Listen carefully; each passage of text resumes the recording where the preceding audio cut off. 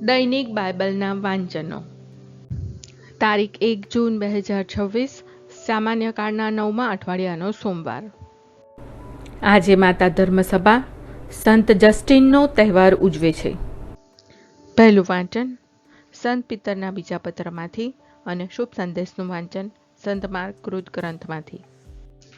પહેલું વાંચન સંત પિતરના બીજા પત્રમાંથી અધ્યાય 1 કલમ 2-7. ઈશ્વર તથા આપણા પ્રભુ ઈસુ ખ્રિસ્તનું તમને પૂર્ણ જ્ઞાન મળ્યું છે. તેની સાથોસાથ તમને ભરપૂર કૃપા અને શાંતિ પ્રાપ્ત થાઓ.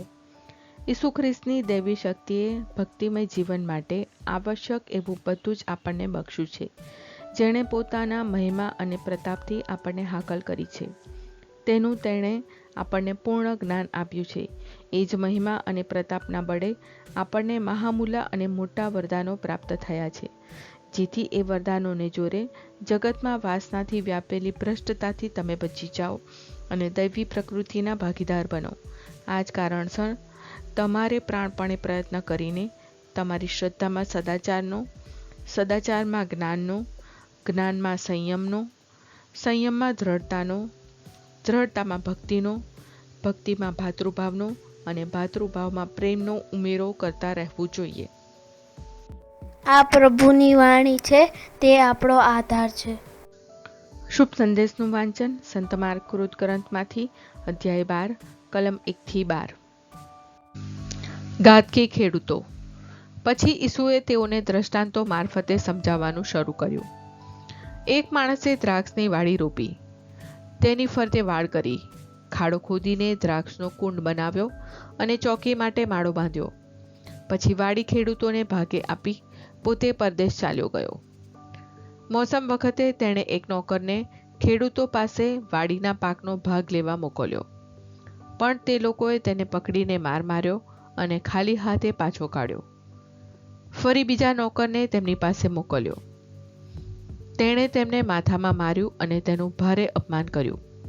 આથી તેણે બીજા એક જણને મોકલ્યો, તો તેને તે લોકોએ મારી નાખ્યો.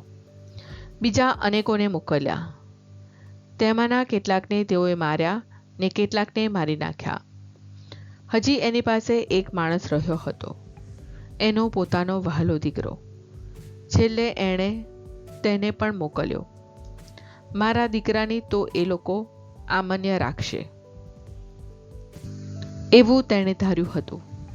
પણ તે ખેડૂતોએ માહોમાહે કહ્યું કે આ વારસ છે, ચાલો આપણે એને મારી નાખીએ, એટલે વારસો આપણને મળશે. એટલે તેઓએ તેને પકડીને મારી નાખ્યો અને વાડીની બહાર ફેંકી દીધો. હવે વાડીનો માલિક શું કરશે? તે આવીને ખેડૂતોને મારી નાખશે અને વાડી બીજાઓને આપશે. તમે શાસ્ત્રમાં કદી આ વાંચ્યું નથી કે જે પથ્થરને કડિયાઓએ નકામો માનીને ફેંકી દીધો હતો, તે જ આધારશિલા બન્યો છે. એ ઈશ્વરની લીલા છે. આપણે માટે એ અદ્ભુત દ્રશ્ય છે. આ દ્રષ્ટાંત પોતાને અનુલક્ષીને કહ્યું છે એમ એ લોકો સમજી ગયા અને તેથી તેઓ ઈસુને પકડવા માંગતા હતા, પણ તેમને લોકોનો ડર લાગતો હતો. આથી ઈસુને છોડીને તેઓ ચાલતા થયા.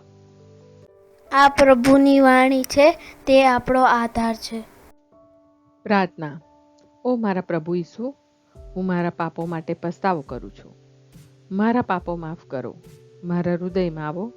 હું તમને મારા પ્રભુ અને તારણહાર બનાવીશ. આમેન. પ્રભુ તમને સુખી રાખો અને તમારી સંભાળ રાખો.